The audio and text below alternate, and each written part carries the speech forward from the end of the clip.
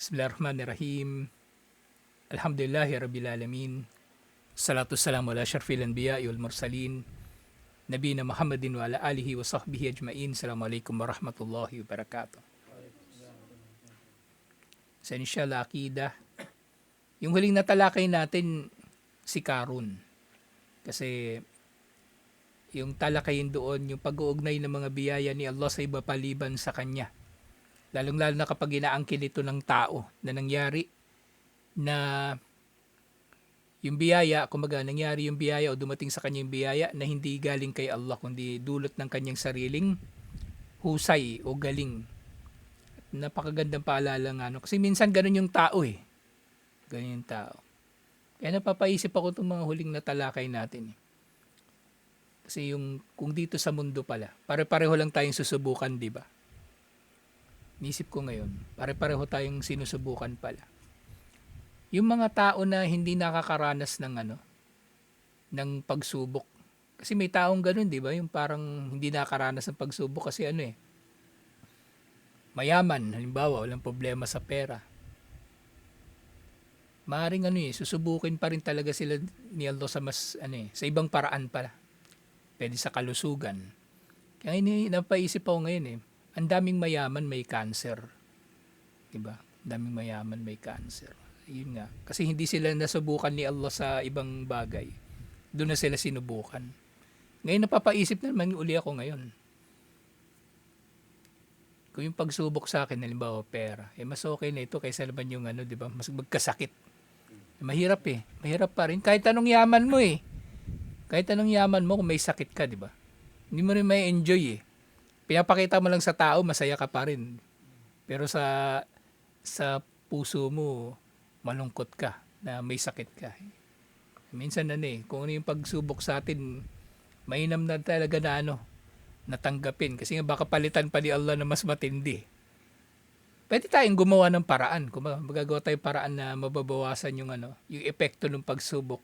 Hindi yung tunganga lang tayo. Pero kumbaga yung tatanggapin natin, kumbaga, yun mainam din, inshallah.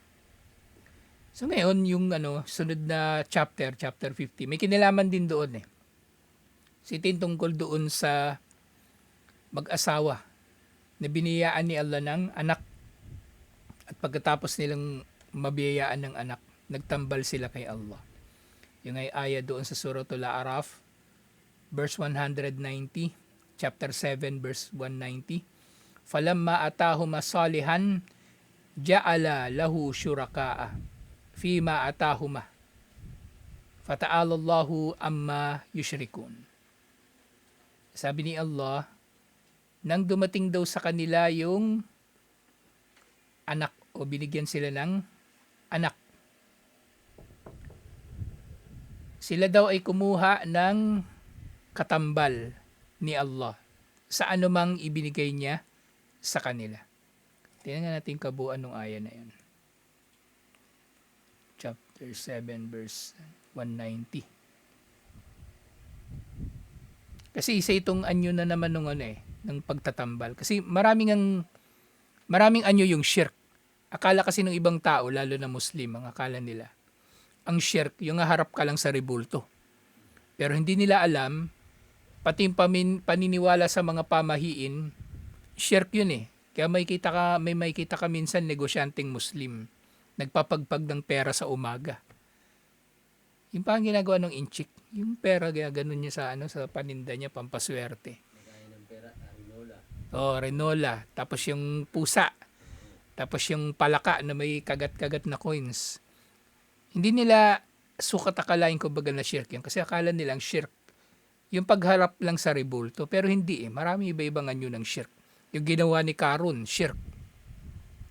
At ito, nagkaroon sila ng anak, pero iniugnay nila sa iba paliban kay Allah. Kasi nga, falamma atahum as-salihan, ja'ala lahu syuraka'a. Nang binigyan na sila ng anak ni Allah. Pero meron pang may naunang aya yun na may kinalaman doon. Kaya, balikan natin inshallah. 190 yun Simulan natin dito sa sa 188. Sabi ni Allah, "Kul la amliku li nafsi naf'an wala darra." Sabihin mo Muhammad sallallahu alaihi wasallam, wala akong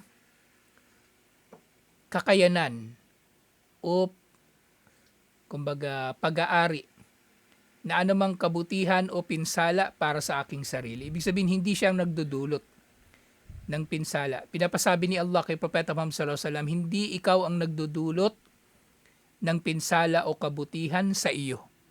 So, ganun din, may kinalaman talaga ito doon sa naunang chapter. Ibig sabihin, lahat ng mangyari sa ating masama o mabuti, iugnay natin kay Allah. Na si Allah ang nagtakda, unang-una. Pangalawa, dapat malaman natin ito mula doon sa lahat ng haligi ng qadar. Diba? Nalaman nito ni Allah at nagustuhan ito ni Allah na karapat dapat mangyari sa atin. Tapos itinala na ito ni Allah. Tapos nilikha na niya tayo para tuparin yung kung ano man ang kanyang itinakda. Lahat ng bagay ay nasa pagtatakda, nasa kapangyarihan ni Allah. Ito yung magandang parte ng aya na ito. Kaya magandang mabalikan natin ito. Sabi ni Propeta, pinapasabi ni Allah kay Propeta Muhammad sallallahu alaihi wasallam, "Walau kuntu a'lamul ghaiba la astakthartu minal khairi wa ma massani as-su." Kung nalalaman ko lamang ang nalilingid, di sana nakakuha ako ng maraming kabutihan at hindi ako dinapuan ng kahit anong kasamaan. Kasi alam niya yung mga nalilingid Diba? O ngayon, ganyan din yung kalagayan ng manghuhula. Manghuhula, bakit yung manghuhula nadidisgrasya pa rin? O bakit yung manghuhula hindi niya tinatayaan yung mga numero ng loto na mananalo? Diba? Walang ibig sabihin wala siyang nalalaman, nag-aangkin lang siya ng tungkol sa nalilingid. So ganun na ganun ang pinapasabi ni Allah kay Propeta Muhammad sallallahu alaihi wasallam. Tao ka lang, wala kang kinalaman sa anumang mangyayari sa iyo. Lahat yun ay itakda na. Kumbaga, kung ano man yung kinalaman mo sa mangyayari sa iyo, yun ay nakita ni Allah na karapat dapat na mangyari sa iyo ayon sa kanyang kaalaman. Ganda tong ayan na ito. So, may intindihan natin talaga yung qadar sa pamagitan nito. In ana illa nadirun wa bashir liqaumi yu'minun. So, pinapasabi sa kanya, ikaw ay tagapagbabala at tagapagbigay lamang ng magandang balita para sa mga tao na nananampalataya. So, ipinapasabi sa kanya ni Allah. Tapos ito yung 189, ito ni may kinalaman din doon dito sa 190. Huwalladhi khalaqakum min nafsi wahida. Si Allah, siya ang lumikha sa inyo mula sa nag-iisang kaluluwa o isang tao, si Adan. Wa ja'ala minha zawjaha. At mula sa kanilang dalawa, at mula sa kanya kay Adan, nilikha ang kanyang asawa, si Eva. Liyas ko na ilayha, upang si Adan ay makatagpo ng kapanatagan kay Eva. Kaya natin binalikan to kasi itong dalawang mag-asawa na ito na tinutukoy dito sa 190 na binigyan ni Allah ng anak pero nagtambal pa rin. Sa tafsir, sina Adan at Eva Sina Adan at Eva. Ibig sabihin, di ba nauna na nagkasala si Adan tsaka si Eva sa paraiso. Nung dinala sila rito sa lupa, nagkakasala pa rin sila. Kahit pa propeta si Adan, kahit pa kumbaga kinakausap sila ni Allah, nagkakasala pa rin sila. Na mainam nga rin malaman. Kasi kung titingnan mo, kung si Adan nagkakasala, lalo na tayo. Kumbaga, at gayon din, mainam na malaman na, kumbaga, na ganun yung kalagayan. Ibig sabihin, hindi tayo hindi tayo manlulumo sa habag ni Allah. Na pag magkakasala tayo, hingi tayo ng tawad. Kasi kung si Adan nga, kumbaga, propeta na yun tapos nakakagawa pa siya ng pagkakasala. Kumbaga, di ba, mas mas mabigat yun na kasalanan kasi propeta siya Pero tayo, kung siya pinatawad, so tayo, patatawarin din tayo ni Allah. Inshallah. Tawarin din tayo ni Allah. Falamma tagasyaha hamalat hamlan khafifan. So yun, nung nakipagtalik na raw si Adan kay Eva, nagbuntis daw si Eva ng magaan na pasanin. Famarrat bihi. At ito daw ay naging yung kanyang magaan na pinapasan, bumigat ng bumigat. Kasi first time na magkaroon ng taong nabuntis, kumbaga, inilalarawan dito. Bumigat ito ng bumigat. Falamma athkalats da'awallah. At nang bumigat na ito, ay nagdua silang dalawa kay Allah. Da'awallaha rabbahuma. Lain ataytana salihan, ito na yung sinabi nila. Kung bibigyan mo kami ng saleh, ng mabuting anak, nakunan na minasyakirin. Tiyak na magiging kabilang kami sa mga mapagpasalamat. Kung bibiyaan mo kami ng mabuting anak, tiyak na tiyak, siguradong sigurado, magiging kabilang kami sa mga mapagpasalamat. Falamma atahuma salihan, ja'ala lahu syuraka. Pero, nang dumating na sa kanila itong mabuting bata na ito, nagtambal sila kay Allah. Nagturing sila ng iba pang liban kay Allah bilang katambal. Fima atahuma. Kumbaga inugnay nila yung pagkakaroon nila ng anak sa iba pa. Fata'ala Allahu amma yushrikun. Kataas-taasan si Allah mula sa anumang itinatambal nila sa Kanya. Tapos yung karugtong 191. Yushrikuna ma la yakhluqu shay'an wa hum yukhlaqun. Itinatambal ba nila kay Allah ang anumang wala namang nilikha na kahit na ano bagkus sila inilikha lamang din? Diba gano'n naman yung mga tinatambal ng tao kay Allah, mga nilikha lang din eh. Nilikha ng kamay, yung mga yung mga rebulto, estatwa. Pero yung iba, nilikha na talaga ng isip, nasa isip lamang nila eh. Nasa isip lang nila yung tinatambal nila kay Allah. Kasi halimbawa niyan, yung paniniwala sa mga jinn, shirk nga yun din, di ba? Yung paniniwala sa mga jinn na pwede sila magprotekta. O yun, shirk yun. Nasa isip lang nila yun. Maring hindi totoong nangyayari yun eh. Maring wala namang jinn talaga. Pero nagpapakupkup sila sa jinn. Kumbaga sasabihin ng tao, tabi-tabi po o ano. Mga natatakot siya sa jinn. So maring nasa katang isip lang yun. So bakit sila nagtatambal kay Allah ng mga bagay na nilikha lamang? Wala yastati'una lahum nasraw wala anfusahum yansurun. Bakit nila tinatambal kay Allah yung mga nilikha lang na walang kakayanan na tulungan sila? Yung mga nagdadasal, yung mga nagtatambal, hindi sila matutulungan ng mga itinatambal nila. At itong mga itinatambal nila, hindi rin nila matutulungan ng sarili nila. Laban kay Allah, lalong-lalo na. Wa in tadu'uhum ilal huda, la yattabi'unakum. Itong mga kuffar na ito, yung mga musyrikun na malalim na, lugmok na sila masyado sa shirk. Gabayan man ninyo sila o anyayahan patungo sa gabay, hindi sila susunod sa inyo. Sawaun alaykum ada'awtumuhum am antum samitun. Ito dapat maintindihan ng tama tong aya na ito. Kasi literal na translation niya. Pareho lang. Magdaawa kayo sa kanila o tumahimik kayo, pareho lang. Pero itong aya na ito, hindi ito nangangahulugan na hindi tayo magdadaawa. Ang ibig sabihin lamang nito, magdaawa man kayo sa mga lugmok na sa shirk o hindi, pareho lang, hindi sila maniniwala. Nananatiling obligasyon yung daawa. Ang tinutukoy dito ni Allah yung resulta. Yung resulta. Pero hindi yung obligasyon na magdaawa. Innal ladina tad'una min dunillahi ibadun amthalukum. Tunay na ang mga dinadasalan nila liban kay Allah ay mga alipin lamang na katulad ninyo. Fadu'uhum falyastajibu lakum. Sige, manalangin kayo sa kanila at hayaan ninyo na tumugon sila sa inyo in kuntum sadikin. Kung kayo nagsasabi ng totoo. Kumbaga hamon nito ni Allah. Hamon nito ni Allah. Sige, magdasal ka sa rebulto. At hayaan mo, hintayin mo na tumugon sa iyo yung rebulto. Ba humiling ka sa rebulto ng pagkain, o hintayin mong labas niya yung pagkain. Kung kayo ay makatotohanan. Diretso na natin. Kasi puro tutungkol sa ano eh. Kung pagmumuni-munihan ito ng tao, masyaallah, matatauhan siya eh. Matatauhan siya. Ito rin yung naisip ko noon, hindi pa ako Muslim eh. O nga, ano ba, bakit nga ba ganyan? Yung mga rebulto, bakit inaalayan ng bulaklak, kandila, dinadasalan? Andyan nga lang, hindi nga makagalaw yan eh. Diba?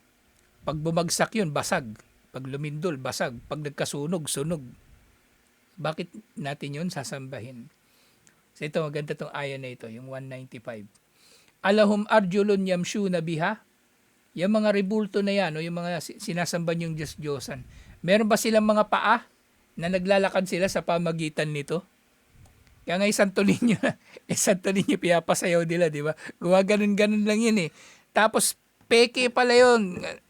Kunwari, nahawa-hawakan ganyan, tapos sasayaw-sayaw daw yun, di ba? Ginagalaw naman talaga nila yun eh. Sabihin nila, sumasayaw yung Santo Niño. Tapos tuwang-tuwa sila dun sa Himala raw. Amlahum aidin yabtishuna biha. Meron ba silang mga kamay na sa pamagitan nito ay namamalo sila o nangahampas? Wala nga, hindi nga gumagalaw yun. May kamay na ba? Pag igalaw niya, putol yun. Di ba? Meron nga mga yung nabanggit ko na ito nung nakaraan. Yung mga madalas na mga rebulto sa mga lumang simbahan, yung mga lumang rebulto. Ano na lang pala yung mga yan eh. Yung skeleton nila, bakal. Yung mga bakal nating kabilya. Tapos ang mababalutan nyo ng damit yung katawan. Ang nakalabas lang ulo tsaka kamay, di ba? Yun na lang talaga yung bahagi ng rebulto. Kaya napapaisip ako ngayon eh. Di ba yung mga ahensya ng gobyerno madalas mag-Christmas party? Tapos ang laki ng ginagasa sila dyan kasi inuubos nila yung pondo nila eh. Para sa isang taon inuubos sila. Kasi pagka nag-audit yung COA, tapos malaki pa yung budget na natira sa'yo, babawasan nila yung budget mo sa sunod na taon. Kaya inuubos daw nila sa Christmas party. Ngayon napapaisip ako. Lagi nilang sinasabi, di ba, separation of church and state sa Pilipinas. Tapos lagi nilang sinasabi, wala raw state religion ng Pilipinas. Pero bakit yung Christmas party nila, pinupondohan ng gobyerno? Dapat bawal, di ba? Dapat bawal. Bawal gastusan ng pondo ng gobyerno yung Christmas party. Kasi wala naman tayo state religion eh. Hindi naman natin state religion yung Christianity. Hindi siya official na religion kumbaga ng Estado. Hindi katulad ng mga bansang Muslim na tinatalaga nilang state religion talaga ang Islam. Pero dito wala naman. So bakit gagastusan ng pondo ng bayan yung mga Christmas party? Yung pagpapagawa ng mga parol. Milyon-milyon pala inaabot yan. Kaya nga si Isko, okay yung ginawa niya eh. Nag-anunsyo na siya eh. Hindi raw siya magpapakabit ng mga parol ngayon sa Maynila. Kasi milyon-milyon din gagastusin dyan eh. Kada parol, yung mga parol na malalaki. Sabihin natin 10,000 isa nun. Kuryente pa nun. Kuryente. Kada poste may parol. Ilang parol yun, abuti nga ilang milyon yun. Kung tingsa 10,000 isa nun. Kuryente pa. Tama lang, tama yung ginawa niya. Tapos pag New Year, magpapaputok. Diba? Sunog pera. Ay may na naman, may mga nasunog sa sa Dagupan. Dagupan, Pangasinan, illegal na illegal na gumagawa ng paputok. Sumabog yung nila, ginagawa. Nasabi pa ni Allah, amlahum aynun o amlahum ayunun yubsiruna biha. Meron ba silang mga mata na nakakakita sila sa pamagitan ng mga ito? Di ba ito mga sinasabi na ito ni Allah? Kung yung kuffar, di ba, tapat sa sarili nila, matatauhan sila eh. Meron ba silang paa na naglalakad sila sa pamagitan nito? Meron ba silang kamay na humahampas sa pamagitan nito? Meron ba silang mga mata na nakakakita sa pamagitan nito? Am lahum adanun yasmauna biha? Meron ba silang mga tenga na nakakarinig sila sa pamagitan nito? Kul, udu'u syurakaukum. Ito, hamon na naman ni Allah. Sabihin mo Muhammad sallallahu alaihi wasallam, sige, manalangin kayo sa mga itinatambal ninyo kay Allah. Bad trip siguro talaga dito yung Quraysh, Ba si Abu Jahal ba kakarinig dito ba? Bad trip talaga yun. Sige, magdasal kayo sa mga tinatambal ninyo kay Allah. Thumma kiduni fala tundirun. Ito pa sabi. Talaga mashallah. Yung Quran nangungusap sa tao. Kung paano magsalita yung tao, ganun din nagsalita na si Allah. O kumbaga sa paraan nga na naiintindihan ng tao. Sige, manalangin kayo sa kanila. Mga tinatambal ninyo kay Allah. At magplano na kayo laban sa akin. Gumawa na kayo ng mga pakana laban sa akin. At wag na kayo magbigay ng palugit. Ngayon na, gawin nyo na yung gusto nyong gawin. Pero hindi nga nila magawa-gawa. Lalo na nung panahon na buhay pa si Abu Talib, hindi nila magawa.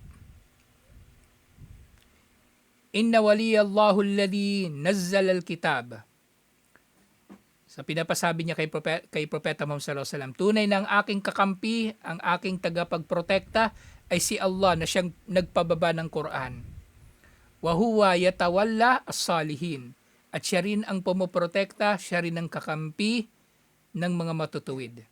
Walladina tad'una min dunihi la yastati'una nasrakum wala anfusahum yansurun. O inulit na naman ni Allah. Ang mga dinadasalan ninyo liban kay Allah ay walang kakayanan na tulungan kayo at kahit yung mga sarili nila, wala silang kakayanan na tulungan. Hindi nila kayang tulungan yung sarili nila. Pag masunog yung simbahan, hindi makakatakbo yun. Kapag lumindol, hindi yun makakaiwas, makakailag sa buwabagsak na pader o ano paman. Wa in taduhuhum ilal huda la yasma'u. O naulit na naman. Kung anyayahan ninyo sila sa gabay, hindi sila makikinig. Wa tarahum yanduruna ilayka wa hum la yubsirun. At makikita mo silang nakatingin sa iyo habang nagdadawa ka sa kanila, nakatingin sila sa iyo. Pero wala naman sila talaga nakikita at lalong wala nga silang naririnig. Nandun lang sila. Dumalo sa da'wa. Kasi may rapol eh. 'Di ba? Madalas yung mga nagdadawa ganyan, may rapol. May may kung ano-ano, may bigas, may aparador. Yan yung pinuntahan nila pero yung kaya nga sa da'wa. Nagtagal pa kami ni Sheikh Salman eh. Di sa parok. Dami pa namin pinag-usapan. Yun din yung sentimento niya, yung shahada modus. Sabi niya, yan ang sumisira talaga sa sa Islam, tsaka sa kapatiran. Kasi kapag hindi ka sumusuporta sa shahada modus, kakalabanin ka nila eh. Kakalabanin ka nila. Trato nila sa'yo kaaway. Hindi ka nila papansinin. Hindi ka nila, itsipwera ka nila.